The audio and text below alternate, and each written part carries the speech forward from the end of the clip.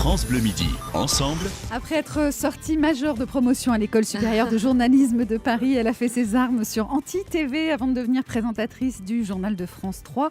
Critique dans On a tout essayé de Laurent Ruquier et désormais chroniqueuse sur D8. On connaît ses colères, ses coups de gueule, mais finalement on ne sait pas grand-chose d'elle. Audrey Pulvar est avec vous ce midi. Bonjour Audrey.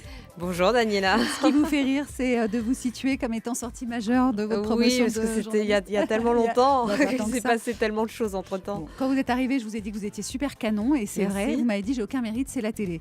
Oui, je confirme, j'étais à l'antenne il y a encore une petite vingtaine de minutes, donc vous savez à la télé on est tous maquillés, coiffés et tout. Donc, voilà. Mais enfin, il y a aussi un peu d'aura et ça, vous avez du mérite pour ça. Alors nous parlerons aussi du livre que vous publiez, Audrey Pulvar, qui s'appelle Libre comme elle, sur les modèles de femmes qui vous ont inspiré. Lui, c'est un homme, et ce qui l'inspire, c'est de la télé. Patrice Gascoin vous livre son programme télé, je comme ne savais chaque pas jour. que vous sortiez de ESJ Paris, comme moi. Ah, bon, moi, et j'ai pas Elle été était major. On finit pas trop mal finalement. Voilà. C'était avant-dernier, sergent-major. Alors vous avez mené une longue enquête pour savoir s'il y avait autre chose que Audrey Pulvar à voir à la télévision. Eh ben oui, non. Est-ce que c'était possible de survivre à une noyade dans le reflet de ses magistrales lunettes? J'ai essayé. Ça veut dire que lui aussi vous trouve canon, mais il est moins frontal que moi. Voilà. Non mais ces choses-là sont joliment dites en tout cas. J'ai fini par trouver une bouée de sauvetage sur TF1, M6 et France 2. Allô les stars, Thierry Garcia, venu aujourd'hui avec Nicolas Sarkozy. Eh oui, c'est vrai. J'ai changé, vous savez. J'ai pris du recul, je réfléchis, je suis calme, serein. Et du coup, je me dis, c'est quand même une belle chaîne citoyenne, D8. Elle fait beaucoup au quotidien pour l'écologie. L'écologie? Ah ben, ils ont quand même réussi à me recycler Roselyne Bachelot. Hein. Et ça, croyez-moi, c'était pas une mince affaire. Hein. Alors, ce qui serait bien maintenant, c'est qu'ils me récupèrent aussi Juppé, Fillon et Copé. Mais bon, en même temps, c'est une chaîne de télé, c'est pas une déchetterie. Hein. Ils peuvent pas non plus me débarrasser de tous mes encombrants. Hein. En vous remerciant. Merci Nicolas Sarkozy. C'est qu'il fait le geste aussi. Ouais, il n'y a pas que la voix, il y a tout. Mais on est filmé aussi. Il y a aussi le visage, regardez. On retrouve les images sur francebleu.fr. Et puis après l'imitateur Michael Grégorio et le pince sans rire Gaspard Proust, l'invité de 13h, c'est le nouvel humoriste produit par Laurent Ruquier. Et Laurent Ruquier, vous le savez Audrey, il ne se trompe jamais quand il s'agit de déceler oui, je confirme, des ce que talents. j'ai vu.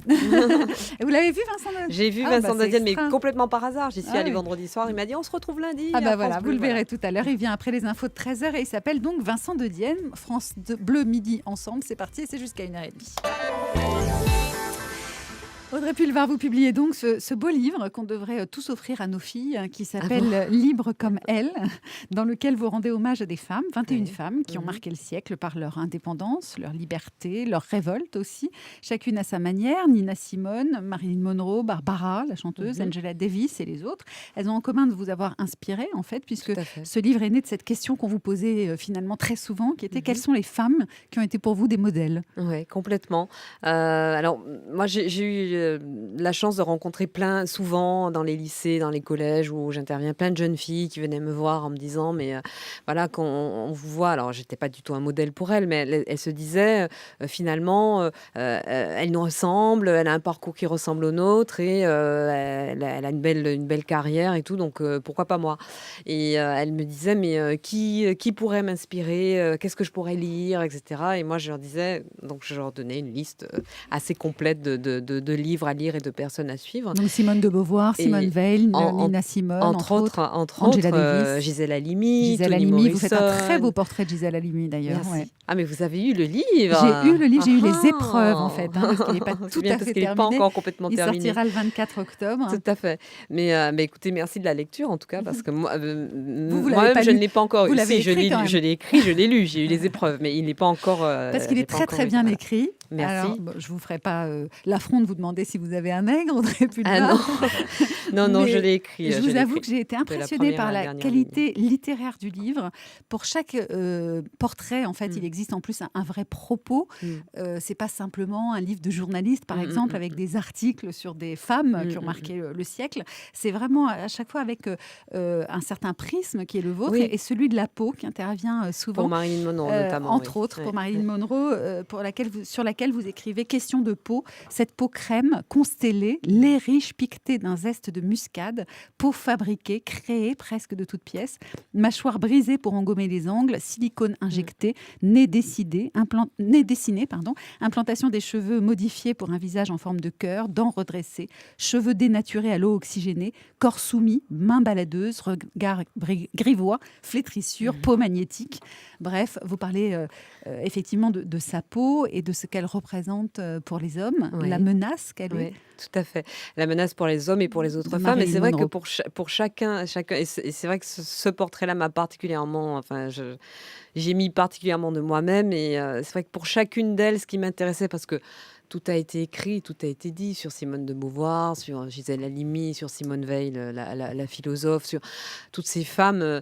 Donc, bon, moi, j'avais pas grand-chose à apporter de mieux, mais ce que je voulais dire avec ce livre et la rencontre qui s'est faite avec La Martinière, c'était vraiment ce qu'elles ont été pour moi, ce qu'elles ont représenté pour moi et en quoi elles ont construit ma pensée féministe. Et c'est vrai que Marilyn Monroe, moi quand je dis aux gens que je considère que Marilyn Monroe, et je le dis dans le portrait, est l'une des plus grandes féministes du XXe siècle, les gens me disent ça va pas la tête, c'était juste une poupée gonflable. On est quand même en droit de se poser la question, c'est vrai, sur Marilyn. Mais justement, quand on s'intéresse à la vie de Marilyn, à ce qu'elle a écrit, et à ce qu'elle a écrit, mais très jeune, il y a ce très très beau livre, Fragments, qui a été publié par Le Seuil il y a quelques années, qui est magnifique, dans lequel on retrouve des fragments de Marilyn, des poèmes, des textes qu'elle a écrits, des pensées. Elle écrivait surtout des bouts de serviettes, des tickets, voilà. Elle écrivait tout le temps. Et elle avait cette quête permanente de démontrer qu'elle était autre chose que ce qu'on croyait. Elle a été, entre guillemets, victime d'un système, le système qui fabriquait les fameuses dames blondes, ces blondes de papier à forte poitrine et qui avaient pour unique objet d'être des belles filles jetables, corvéables et jetables à merci. Et elle a utilisé ce système, elle a quand même monté sa boîte de production avec peu de succès, mais elle a fait des choses et elle a toujours été dans l'affirmation d'elle-même. Puis surtout, elle a affirmé une liberté dans ce système américain où les femmes restaient à la maison, faisaient des réunions Tupperware et attendaient que leur mari rentre du travail pour leur servir un petit whisky. Si vous étiez dans le livre, vous, Audrey Pulvar, qu'est-ce qu'on pourrait dire de vous ? Oula, alors là, je ne me hasarderai pas à cet exercice. Mais en fait, je suis un petit peu dans chacun des portraits, puisque c'est, encore une fois, c'est la façon dont ces femmes-là m'ont construite, ce qu'elles m'ont apporté, comment elles ont construit ma pensée féministe. Donc je me retrouve un petit peu en chacune d'elles. Hyper modestement, évidemment. Doris Lessing, je dis souvent Doris Lessing, c'est la plus terrible d'entre toutes. Doris Lessing, cette œuvre incroyable, cette vie incroyable, une traversée du siècle. Et cette femme qui a fait le sacrifice absolu. Elle a sacrifié ses enfants à sa liberté. C'est-à-dire qu'à un moment, elle décide d'être libre, de faire voler en éclats les carcans, et elle abandonne ses enfants. Et quand vous avez fait mais elle les abandonne, pas de gaieté de cœur, évidemment. Et quand vous avez fait ce choix-là, mais plus rien ne peut vous atteindre. Mais en même temps, c'est une personne qui a été d'une un choix que font de millions d'hommes et qu'on ne pardonne pas à une femme. Voilà, exactement. Vous m'avez pas parlé de vous pour autant, Audrey Pulvar. Mais non, parce que je suis pas intéressante, moi. Mais si, est-ce qu'on est bien dans la peau d'Audrey Pulvar ?